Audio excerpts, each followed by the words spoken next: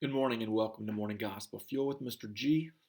It is Tuesday, March 29th on this pre-recording, but it is the fourth Tuesday of Lent, and it is the feast day of Saint Gwynllyw Milwr, if I pronounce that correct, because he was a 5th century Welsh king and religious figure, heavy influence, and he is the patron saint of Newport, which is a city in Wales. And he's also the patron saint of pirates and soldiers. So it kind of gives an indication of what might have been going on during that time period in history. But that is Saint Gwynllyw Milwr. Anyway, today's gospel is from John chapter 5, verses 1 through 16. Let's begin in the name of the Father, Son, and Spirit, amen. After this, there was a feast. There was a feast of the Jews, and Jesus went up to Jerusalem. Now there is in Jerusalem at the sheep gate a pool, in Hebrew, Bethesda, with 5 porticos.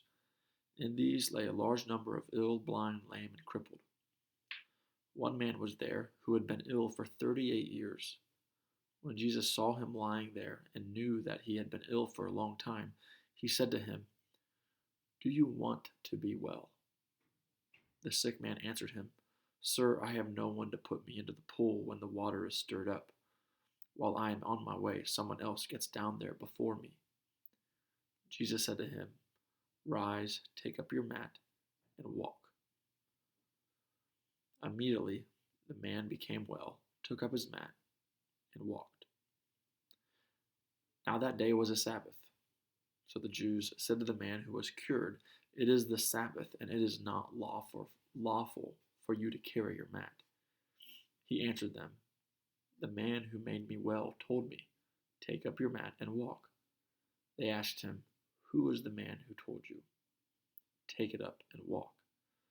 The man who was healed did not know who it was, for Jesus had slipped away, since there was a crowd there.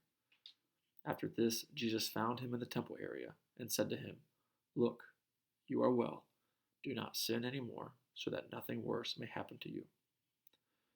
The man went and told the Jews that Jesus was the one who had made him well. Therefore, the Jews began to persecute Jesus because he did this on a Sabbath. Man, talk about all the Jews getting all sensitive about Jesus doing good on the Sabbath. Um, they were angry at him. It was so intense that Jesus had to eliminate himself from the scene, which seems quite ironic. Um, his own Jewish brethren. But we notice here, there's some parallels here between, so you have this area in Jerusalem called the Sheep Gate, which is where many people go for healings. All right, so it's supposed to be holy healing waters, which kind of reminds me of the Our Lady of Lourdes, with those that go to the water for miraculous healing. And I've met people that have experienced miraculous healings from that pool, from that water. So you see that connection here. So then these men are there, or there's a whole bunch of people that go there, ill, blind, lame, crippled, everybody. And it says that there was a man there for 38 years, but he could never get to the pool quick enough because of his disability. And Jesus runs into him to save the day. But notice, what does Jesus do? He doesn't just miraculously heal him. He has a conversation with him first. And then not only does he have a conversation, but he asks him, "Do you want to be well?" Which seems like a silly question, does it not? Because of course we all want to be well. But Jesus gives us a voice and a mind, and he wants us to speak out and verbalize our request to him. He is inviting us to seek him out and to communicate with him and to pray to him and tell him what we want and what our needs are and what the desires of our heart are. And that's what Jesus is inviting us to do, all of us to do.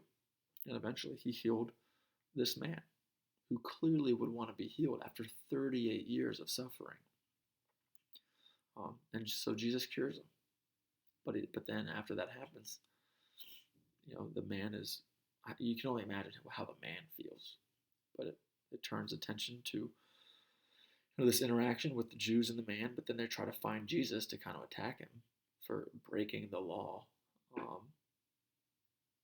It sounds very similar to our Seventh-day Adventist friends who jump down Catholic throats for the Sabbath day, which is just really just misunderstanding of what the Catholic Church actually teaches, whether relative to the Sabbath on Saturday and then the Lord's Day and the resurrection on Sunday. But you can only do so much, and then you kind of just got to walk away, kind of like what Jesus did here in the gospel. He knew the state of their hearts and the state of their conscience, and that they were in attack mode, and Jesus wasn't having any of it. So within all of this, what is it that we need to verbalize to God and actually say out loud? Just like if you're married, or if you're a mother or a father, and you hear the words, "I love you," that has power. If someone says, "I love you," as compared to face-to-face verbal interaction, a text, or just not ever saying it, just keeping it to yourself. There are different stages of communication that is more personal and more meaningful, and also leaves a much better and more powerful impact on somebody and how they receive it, and also how you feel it, and by saying it. So what is it that we need to communicate more in our life that is centered on the love of Christ, to help bring people closer to him, especially during this Lenten season? So have a great day. God bless. Keep it real. In the Father, Son, and Spirit. Amen.